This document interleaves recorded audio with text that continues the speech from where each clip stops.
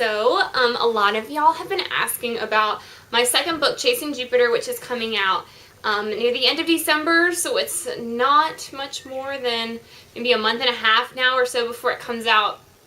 But some of you guys have been asking about the inspiration behind it, because you've heard me talking about the inspiration behind, Interrupted, with my uncle passing away and everything that was going through my life at that time. And so some of you have been wondering, how did I come up with this story idea set in the 1960s about a girl named Scarlett who has a younger brother who has autism, and all he wants is to be the first astronaut on Jupiter, and so she helps him sort of try to accomplish his dream by selling peach pies at a roadside stand with her friend Frank, who's in love with Scarlett's sister Julie, and it's just sort of this big, complicated it's a story of family and the importance of family and faith and friendship and love and all that good stuff.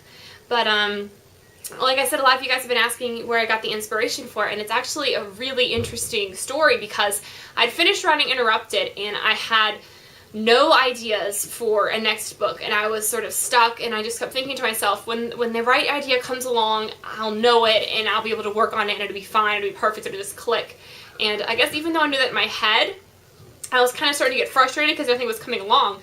And then one day I was at church and I was volunteering to help in Sunday school because one of the Sunday school teachers was sick that week. And I think it was a 4th or 5th grade class. And there was this little boy in the class who has autism. And he's just the sweetest thing. I mean, he can get so angry sometimes, and it's not pretty at all when he's angry. He just throws these huge fits. But he's just so sweet and so smart. Like, I've seen him at our church for years, and I've helped him in BBS and stuff. I'm just always blown away by how smart he is and how intelligent. But he has these huge dreams, and it was near Christmas time, and so I was helping him, and I was sort of his special assistant for the day, and he made this list.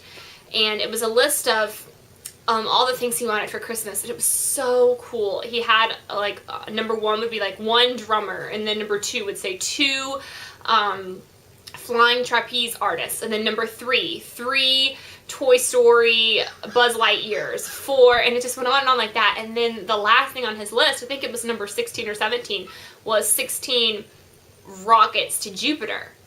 And something about that just really struck me. And so I was going over with him, I was like, you did a great job, I love your list, let's show your mom. And it was very cute. And then I went home later that day and I was sitting down and I was thinking about it, and just something about that rockets to Jupiter, I guess. And so I sat there and I thought, here's a kid who, people don't understand him, people make fun of him and tease him because he's different, but he has these huge dreams, and he wants all these different things, and he has this big imagination, and some of the things on his list were just crazy. And, he has big dreams and big ideas that should be heard. And so I started thinking about this idea for a character, and Cliff is the character's name in the book. And Cliff makes a very similar list at the beginning of the book, which you'll read when you get your own copy, for his birthday, of things he wants. And the last thing on the list is rockets to Jupiter.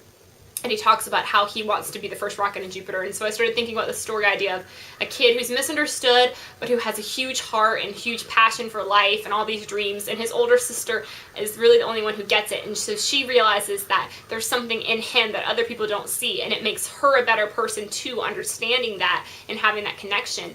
And so that's sort of when I started thinking about the idea for the book. And everything just fell into place after that. And I honestly think that the main draft for Chasing Jupiter is the easiest writing I've ever had to do in my life, because everything just fit perfectly, and all the humor and the plot twist and everything just came into place, and God really blessed me when I was writing it. But it all came back from that one morning that I stepped in to help substitute a Sunday school class, is where I got the idea for the book, was from that one kid.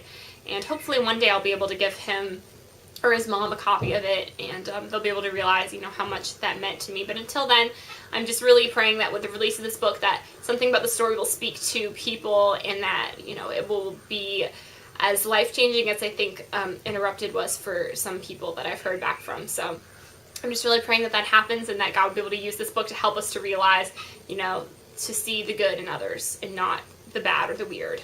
And so that's my hope with Chasing Jupiter, and I'm really looking forward to letting all of you be able to read it and let me know what you think.